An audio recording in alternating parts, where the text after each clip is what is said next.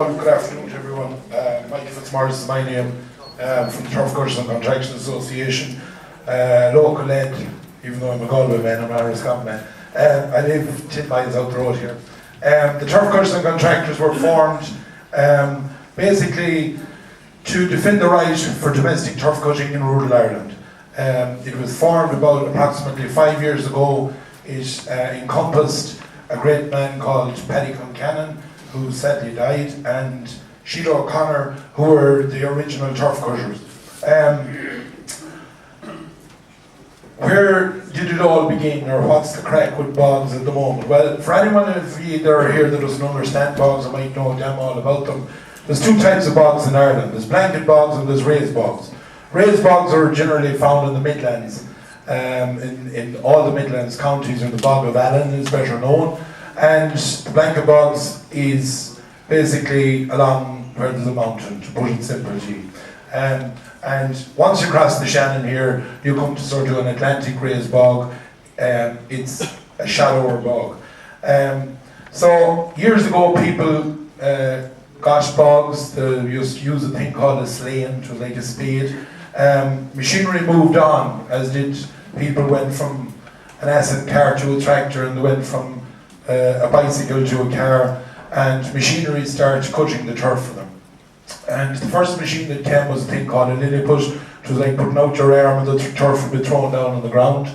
And then things were perfected more in the late 70s and the early 80s, and they came to a thing called a sausage machine. Now the sausage machines were mostly used on the blanket bogs, and then probably the most efficient system was brought into place, and actually locally was the first place it was made in Ballintubber country. Was common a thing called a hopper.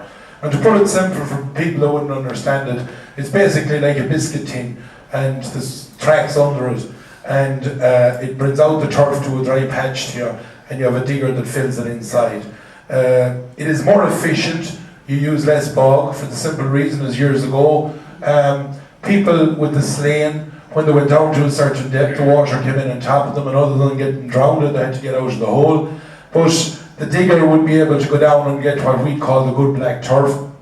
And the digger also puts the top of the bog, which is the part that regenerates, back for regeneration again. Then governments went talking to the EU, and NGOs got involved with people's private property. And from 1985 to 1992, there was commotions going on out in Europe where they decided to bring a directive together called the Habitats Directive. And this was the aim of this was to protect certain species or endangered species in Europe.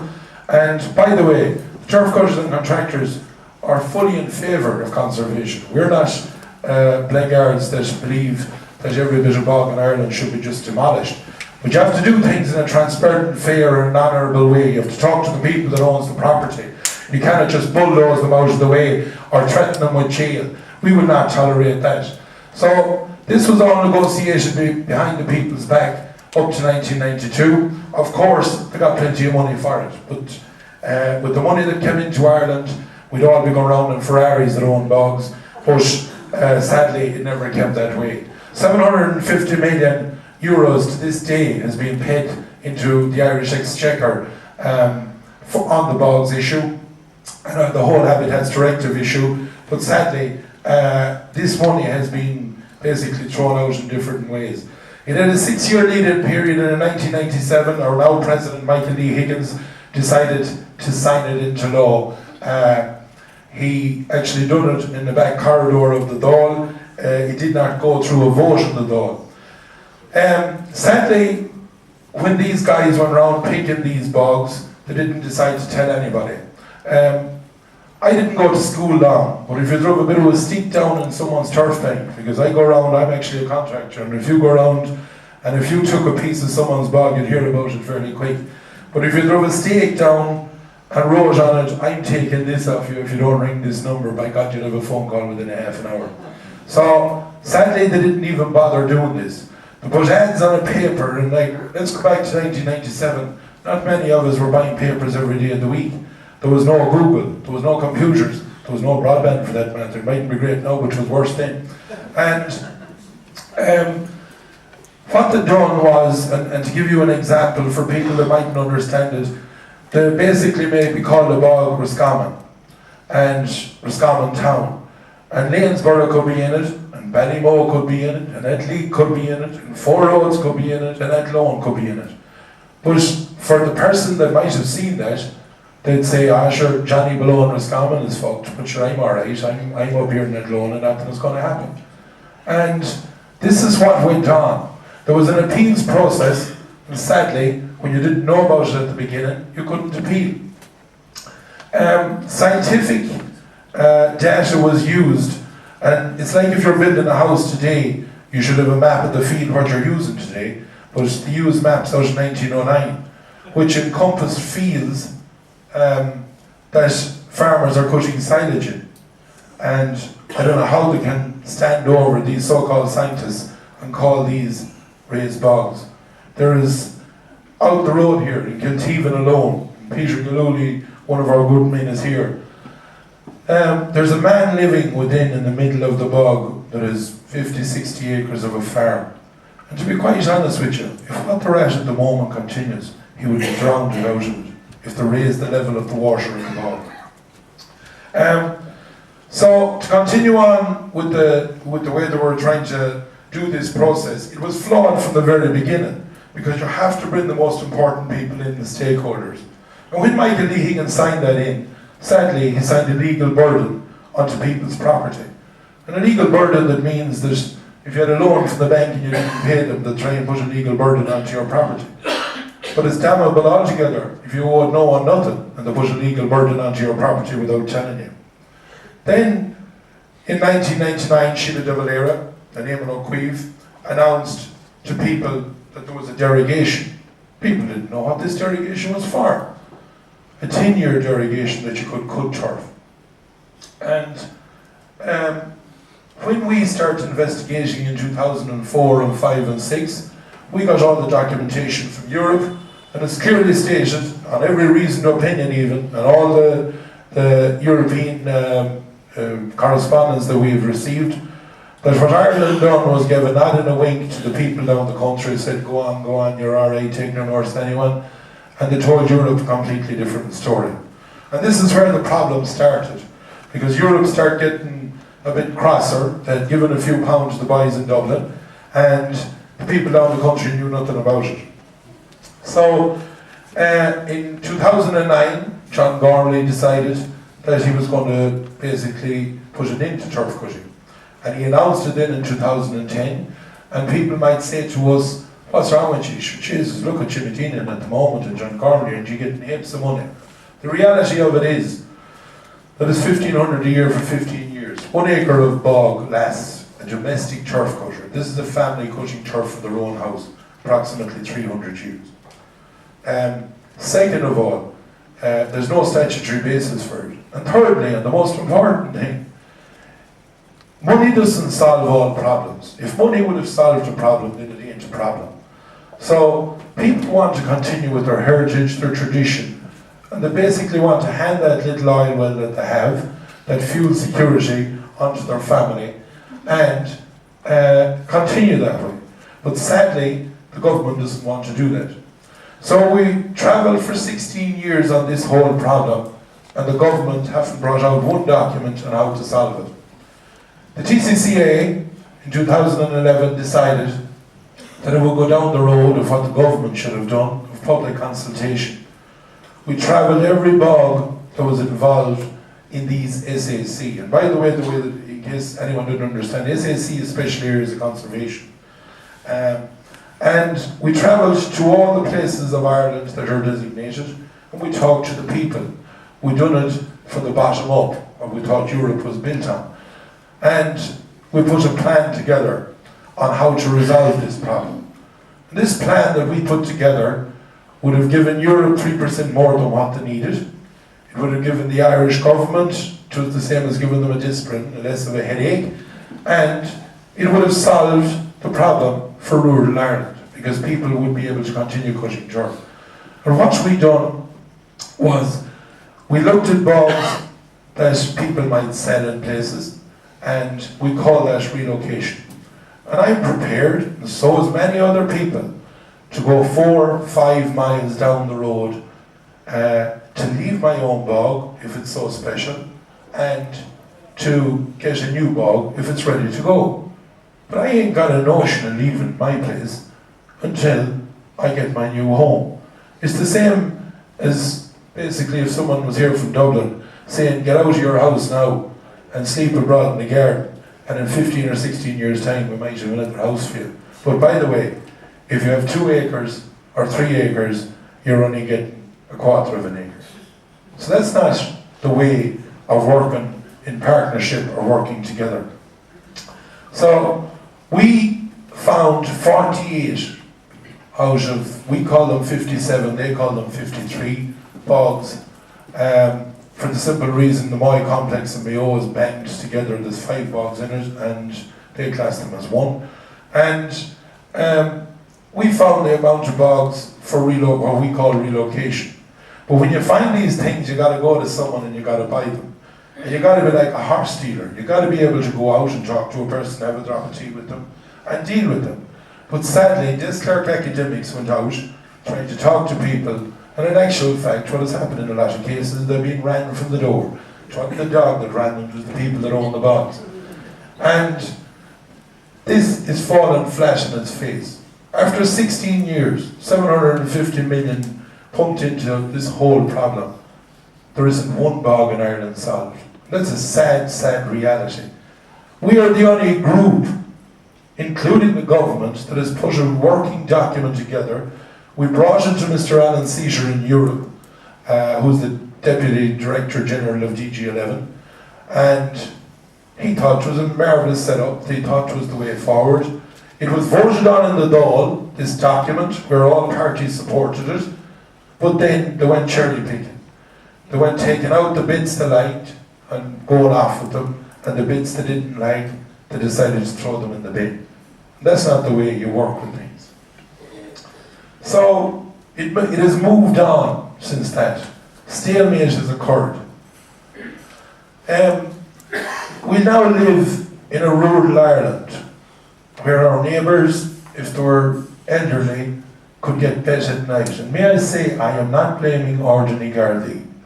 No way. They are good people. But the people at the top should be ashamed of themselves with what's going on at the moment in rural Ireland. We have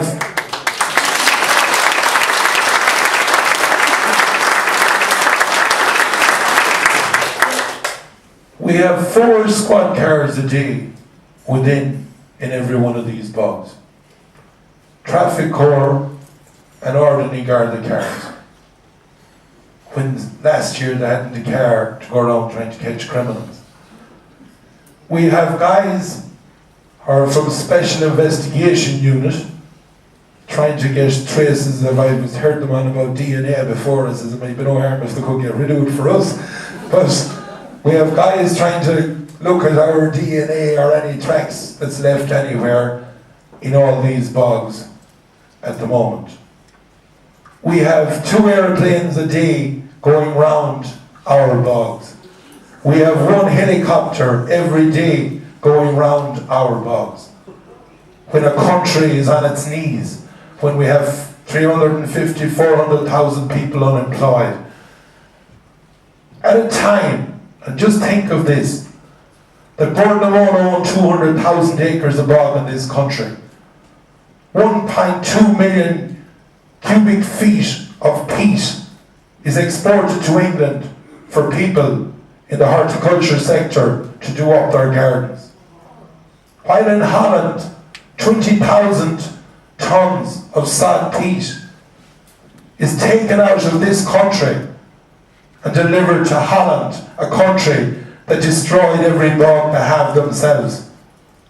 While Angela Merkel and our buddies in Germany, for their percolating area to flush their toilet, use 15,000 tonne of peat. An elderly person in rural Ireland, they are trying to criminalise them for having a fire in their heart. Is this the Ireland that we want? We have stood through it all, through the intimidation, and we will continue to do this. The intimidation has been savage, to put it the least, but we will not bow. Many a person has sat their kids down and has told them straight, this is for ye that we're fighting this battle. And a lot of people here might not have a bog, they might know nothing about a bog, but there's a bigger picture here. We have seen in Ireland in the last 20, 30 years where we had fish and they're gone. We had resources and they're gone. They are now trying to take our bogs, and if we give up, they'll be gone. And who said you'll own your land? They are making robots out of farmers. And people, to put it simply, and a rural Ireland saying they need to root up the hole to wake up and cop on is what's happening.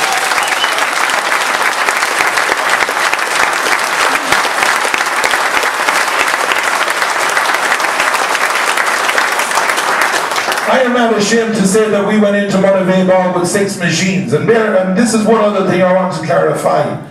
The spin doctrine that Terry Brown gives this government about turf cutters, you'd swear they were the biggest machines in the world.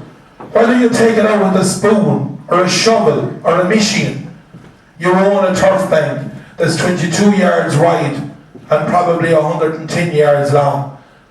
And turf doesn't stack on top of each other. You can only cut enough for your own fire. You're not commercial. It's the same as a guy going in bailing for a farmer, or someone else going in town doing something for someone else. It's not a thing that you're a commercial operator. Those machines are big, and the reason they're big is that pounds per square inch. They're 2 pounds per square inch on the bog. And me especially, and a lot of ye, would be way heavier than that. That's the reason. The machines are made to function in difficult circumstances.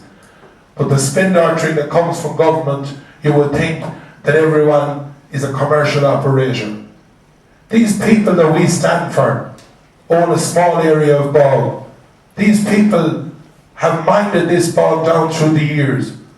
The scientists and the so-called experts have stated that they're the most pristine bogs in Europe. Well, if they're the most pristine bogs in Europe, and we have been looking after them for the last 200-300 years, what have we done so wrong that they want to evict us out of our properties now? We will not, as I say, be bullied or intimidated out of it. Whatever comes, comes. We are facing court cases, and we'll take them on the chin. We are facing the Gardaí every day in these bogs, and we will take it on the chin. Because if we don't, it's another piece of another fabric of society gone. Another heritage, another tradition, another way of life. Another self-sufficient group of people relying with like the birds within in the nest for their mother to drop the worm down on them. And this will not happen. As I say, there's ways forward. We went to the forum in Athlone, which Aunt Tisha rang me one night, and I come through Athlone, and he asked me, would the turf cutters and contractors go to this forum to try and iron out the possibilities of how we'd resolve it? And I said, of course, we will go anywhere. We're reasonable people. He says, firstly, I want to apologise on behalf of the Irish state for the last 14 or 15 years, the way the turf cutting communities have been treated. But as he has done on most things, and has been proved to me, and I would have been naive at times, when you get a phone call from someone, you take them for what they are. You don't take them to be a liar. But what he said to me on that night in question, and thank God I had a witness, was lies, lies, and damn lies. And this is what has gone on. Europe are being told one story. The people in rural Ireland is being told another story. But the sad reality of it is that a lot of aged people are being bullied, threatened, and intimidated by what is going on. And we as a nation, we as a people, cannot tolerate that. We have to stand up and be counted. Yes, yes. We have to stand together, shoulder to shoulder. Yes. There's one good thing, and I always look at it for the last 5 or 6 years.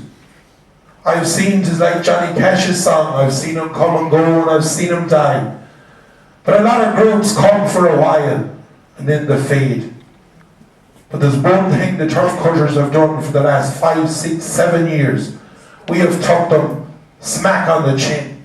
And we would encourage every group to stand behind us, because together we stand and divided we'll fall. In Ireland, and especially in rural Ireland, there are so many things under attack. I myself am involved in schools, in board of management. And to see what we're doing to the kids of the future, but we're all taking it. The sad reality is, if Johnny down the road has a job and it's coming in every week, the money, he didn't give a damn about the man beside him. But sooner or later, we got to wake up. Sooner or later, we've got to see what this diktat is doing to us.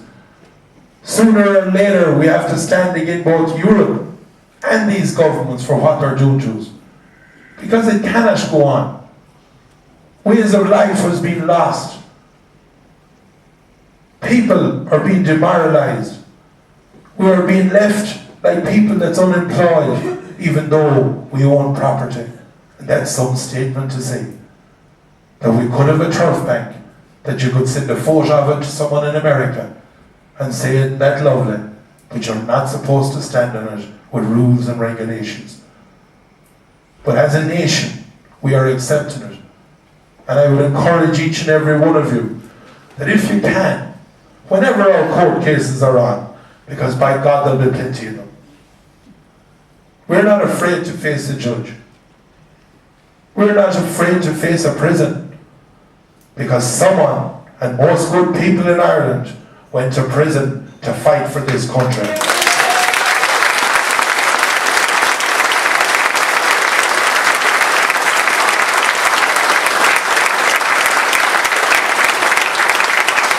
If you can, or if you get a chance, the TCCA website, we have it up and running. We're a voluntary organisation.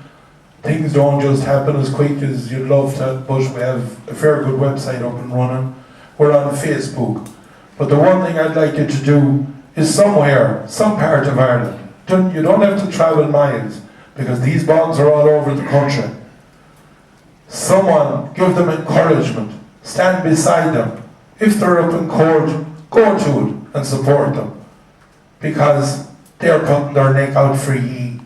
They're putting their reputation and their livelihood on the line. Because what this government has done to them with regulations at the moment, if when I go in cutting a bog, there's a 500,000 fine hanging over my head. There's 3 years in jail hanging over my head. And if I murdered someone, I'd be entitled to free legal aid, but on the regulations they have stated that I'm not entitled to any free legal aid. So that's what they're trying to do to us. But we will not stand back. We will not, no way will we let this government walk on top of us. There's way forwards, there's ways of doing things. There's a right way and a wrong way. And there's a way you work with people. And by God, we will keep the flag flying. Thank you very much.